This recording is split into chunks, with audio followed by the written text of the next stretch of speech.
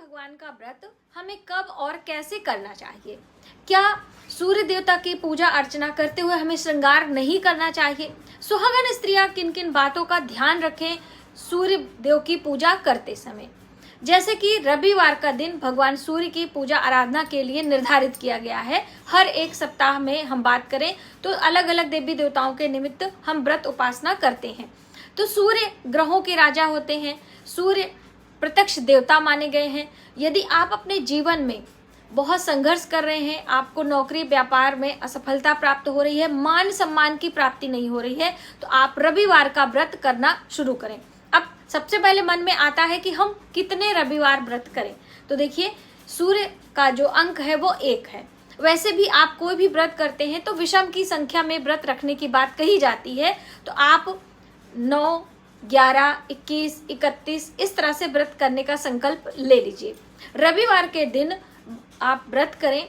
इन दिनों व्रत करते समय बहुत सारी बातों का ध्यान रखना चाहिए। सबसे पहले तो रविवार के दिन आपको क्या क्या चीजें नहीं सेवन करनी है, आप व्रत कर पाए अथवा नहीं, क्योंकि देखिए सभी के स्वास्थ्य में कोई ना कोई दिक्कत होती है जिसके कारण पूर्ण नियम हम नहीं कर पाते हैं। तो आप व्रत ना करके भी इन नियमों का पालन करके व्रत जितना लाभ ले सकते हैं, आप अपने जीवन में मान सम्मान की प्राप्ति कर सकते हैं। क्योंकि भगवान सूर्य यदि हमारे बर्थ चार्ट में सही पोजीशन में है, उनकी शुभता हमें प्राप्त होती है, तो हमारे जीवन की 70% समस्याएं स्वतः ही समाप्त हो जाती हैं। हमें नौकरी व्यापार संबंधी परेशानी हो या फिर आपके जीवन में कोई अचानक से परेशानी आ रही हो, इस तरह की दिक्कतों के लिए भगवान सूर्य की आराधना रविवार के दिन आप कर सकते हैं। तो देखिए, सबसे पहले तो इस दिन आपको नमक का त्याग करना चाहिए। नमक का सेवन ना करें। सरसों के तेल का भी सेवन करना वर्जित बताया गया है। ना ही खाने में, यानी कि जो भी भोजन आप पका रहे हैं उसमें, और ना ही अपने शरीर पर और स्पेशली अपने बालों में तो कभी भी सरसों का तेल रविवार के दिन नहीं लगाना चाहिए। इससे हमारा सूर्य कमजोर होता है। ठीक है, तो आप इस बात का ध्यान रखें। रविवार के दिन काले, जैसे मैंने अभी काले रंग के वस्त्र पहने हैं, तो काले और नीले रंगों के वस्त्र रविवार के दिन आप ना पहने। जो भगवान सूर्य को रिप्रेजेंट करता है वो रंग नारंगी होता है। ठीक है, तो आप नारंगी रंग, लाल रंग, इस तरह के रंग पहन सकते हैं। काले और नीले रंग स्पेशली रविवार को कदापि ना पहने। रविवार के दिन जैसे बहुत सारी बहनें पूछती हैं कि मैम क्या हम हेयर वॉश कर सकते हैं कि नहीं, बाल धो सकते हैं कि नहीं। तो रविवार के दिन यदि आप व्रत कर रहे हैं तो बाल ना धोएं, यदि व्रत नहीं कर रहे हैं तो बाल धो सकते हैं। ठीक है, ये चीज आपको ध्यान रख। किसी भी व्रत में यदि हम व्रत कर रहे हैं उस दिन बाल धोने की मनाही होती है। सिर्फ चौथ व्रत जो सकट चौथ आता है उसमें तो बाल धोना ही धोना पड़ता है। तो इसलिए उस व्रत को छोड़ के आप जिस दिन व्रत करें उस दिन हेयर, क्योंकि देखिए शैम्पू वगैरह में अंडे वगैरह पड़े रहते हैं, हमारी आंखों में, हमारे मुंह में चले जाते हैं, इस वजह से बाल धोने की मनाही कही जाती है। यदि आप हर्बल शैम्पू यूज कर रहे हैं और कोई विषम स्थिति है तो आप धो भी सकते हैं। तो ये आपको पहले ही समझ लेना है।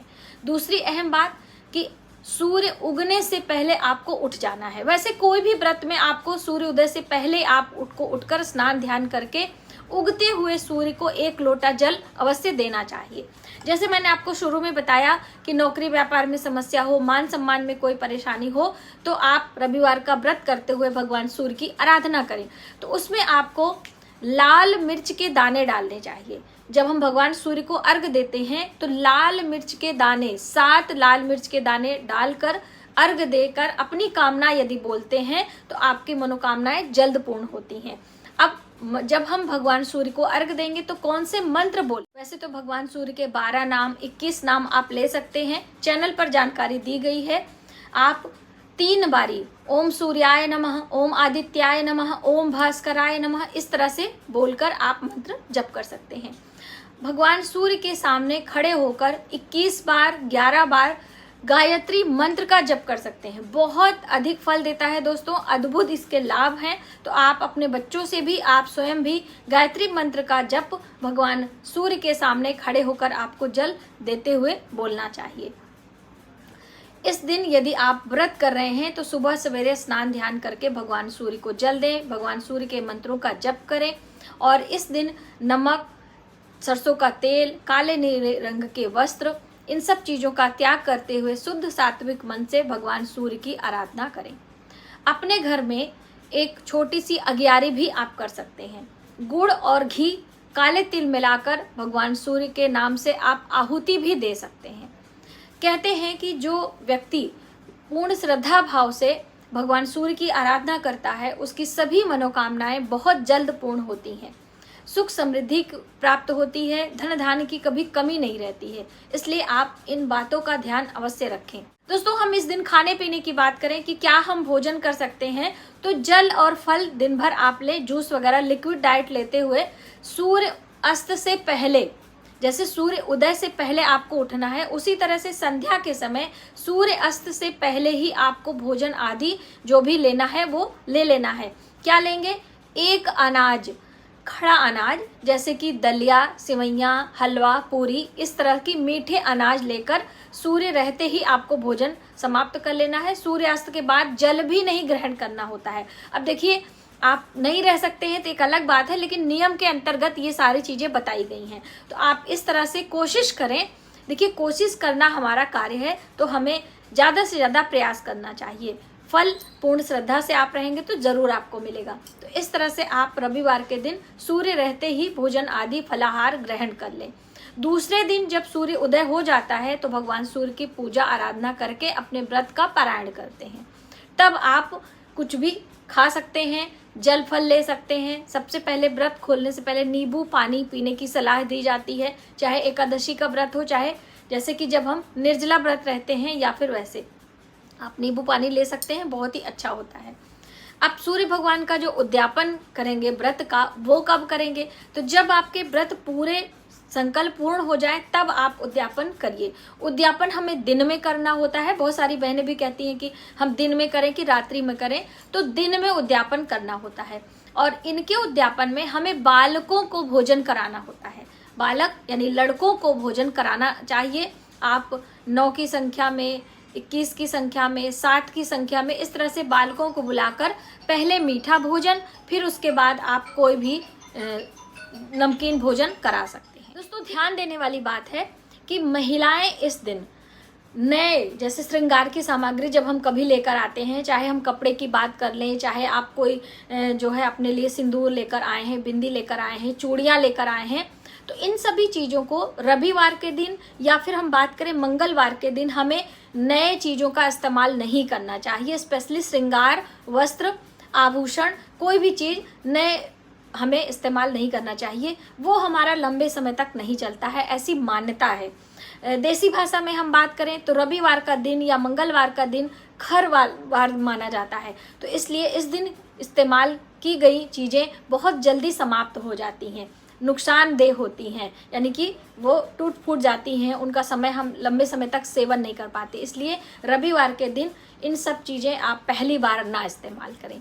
बाकी आप व्रत करें हैं कि कौन से पेड़ पौधे भगवान सूर्य को रिप्रेजेंट करते हैं।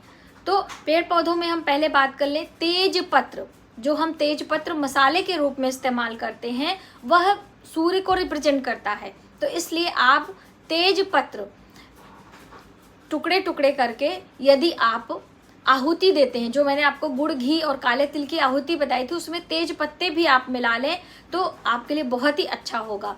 और आकड़े का पेड़, जिसे कि मदार भी बहुत सारे लोग कहते हैं, आकड़े का पुष्प या फिर मदार का जो पेड़ होता है, पुष्प होता है, वो सूर्य को रिप्रेजेंट करता है। तो इस दिन मदार की जड़ों में जल सींचना, मदार के पुष्प भगवान गणेश को वैसे तो बहुत ही प्रिय है, तो आप मदार के पेड़ में जल आदि सींच सकते हैं। मदार के पेड़ किसी मंदिर में लगा सकते हैं। मदार के पेड़ की हम बात करें तो मुख्य द्वार पर लगाया जाता है, घर के अंदर नहीं लगाया, क्योंकि उसके अंदर दूध निकलता है।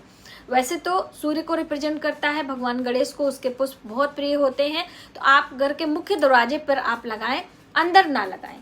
अगर स्पेस नहीं है तो आप ना लगाएं, कोई परेशानी नहीं है। इस दिन आपको यात्रा पे जाना है, आप यात्रा पे जाएं, स्कूल कॉलेज कहीं भी आप जाना चाहते हैं जाएं, अपने घर का ही भोजन करें, अपनी सैया का त्याग करें, यानी जिस बिस्तर पर डे आप सोते हैं उस पर ना सो के अलग से चटाई वगैरह बिछाकर अपनी व्यवस्था करके साफ सुथरे बिस्तर पर हमें शयन करना चाहिए। ब्रह्मचर्य का पालन करना चाहिए और साफ सफाई, स्वच्छता और शुद्धता से तो हम कोई भी व्रत करते हैं तो वो नियम के अंतर्गत ही आता है। इस तरह से इन छोटी छोटी बातों का ध्यान रखते हुए यदि आप रविवार के दिन भगवान सूर्य की पूजा आराधना करते हैं तो निश्चित ही आपके बर्थ चार्ट में सूर्य अच्छे पोजीशन में होंगे, आपको शुभ परिणाम देंगे, आपके नौकरी व्यापार में उन्नति होगी, आपको मान सम्मान की प्राप्ति होगी। आज की वीडियो में बस इतना ही। यदि हमारी जानकारी आपको थोड़ी सी भी हेल्पफुल लगे तो प्लीज़ वीडियो को ज़्यादा से ज़्यादा लोगों में शेयर करें, आने वाले वीडियो के लिए सब्सक्राइब करें। मिलते हैं एक नई जानकारी के साथ नए वीडियो में, तब तक आप अपने परिवार का ख्याल रखें। जय माता दी।